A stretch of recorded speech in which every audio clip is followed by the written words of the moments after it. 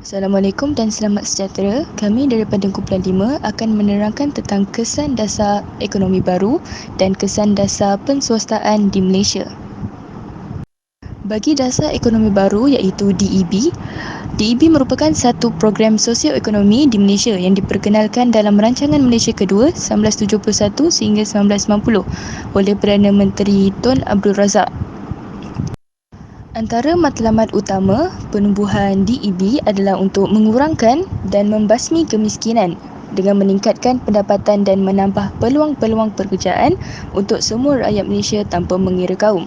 Seterusnya, DEB juga diperkenalkan untuk mempercepatkan proses penyusunan semula ekonomi Malaysia untuk memperbetulkan ketidakseimbangan ekonomi supaya dapat mengurang dan seterusnya menghapuskan pengenalan kaum mengikut fungsi ekonomi. Pada tahun 1991, dasar ini telah dimansuhkan dan digantikan dengan Dasar Pembangunan Nasional iaitu DPN. Kesan dasar ekonomi baru yang pertama ialah pembasmian kemiskinan. Dasar ekonomi baru telah berjaya mengurangkan paras kemiskinan negara kepada 16.5% pada tahun 1990. Pendapatan orang Melayu telah bertambah sebanyak 30% pada tahun 1990. Seterusnya, penyertaan Bumiputera dalam bidang profesional. Bilangan golongan profesional Melayu sebelum dasar ekonomi baru dilaksanakan adalah sebanyak 4.9% berbanding golongan bukan Melayu iaitu 84.3%. Pada tahun 1995, golongan profesional Melayu telah meningkat kepada 31.1% dan terus meningkat kepada 42.5% pada tahun 2006. Kesan dasar ekonomi baru yang terakhir ialah penubuhan Felda. Penubuhan Felda dapat memperbetulkan ketidakseimbangan ekonomi, mengurangkan dan seterusnya menghapuskan pengenalan kaum mengikut fungsi ekonomi. Golongan miskin telah berpindah ke Felda untuk mendapatkan pekerjaan dan tanah. Seterusnya kita beralih kepada dasar penswastaan. Dasar penswastaan boleh didefinisikan sebagai pemindahan segala aktiviti dan fungsi yang pada tradisinya merupakan tanggungjawab kerajaan kepada sektor swasta. Ia diumumkan pada tahun 1983 oleh Perdana Menteri Malaysia pada ketika itu, Tun Dr. Mahathir Mohamad. Dasar penswastaan mencerminkan hasrat kerajaan untuk mengurangkan penglibatannya dalam ekonomi serta mengurangkan skop dan tahap perbelanjaan awam. Tujuan dasar penswastaan yang pertama adalah untuk mengurangkan beban kewangan dan pentadbiran kerajaan. Ini membolehkan kerajaan untuk menumpukan usaha ke atas fungsi tradisi seperti mengekalkan keamanan negara dan sebagainya.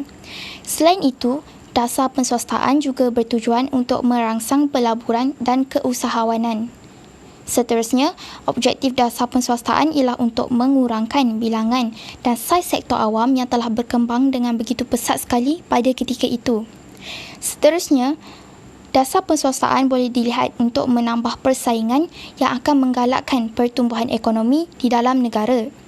Dan akhir sekali, untuk mempercepat pencapaian dasar ekonomi baru. Dasar penswastaan dilihat membuka lebih banyak ruang penyertaan kepada syarikat-syarikat Bumiputera bagi memenuhi aspirasi DEB. Baiklah, seterusnya saya akan menerangkan kelebihan dasar penswastaan.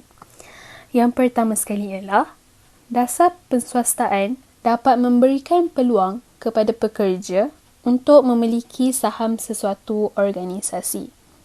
Seterusnya, dasar penswastaan juga dapat memastikan rakyat menerima perkhidmatan yang lebih cekap dan teratur.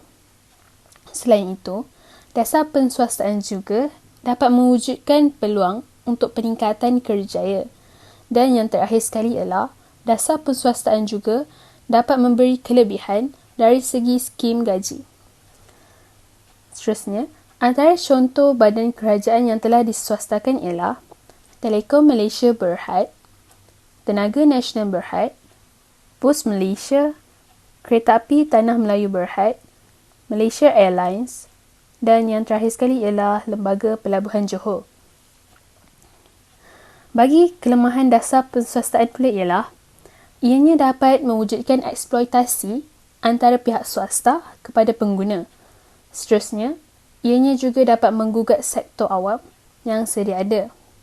Dan yang terakhir sekali ialah rakyat akan terbeban dari segi kewangan akibat sesetengah pihak swasta yang menginginkan keuntungan.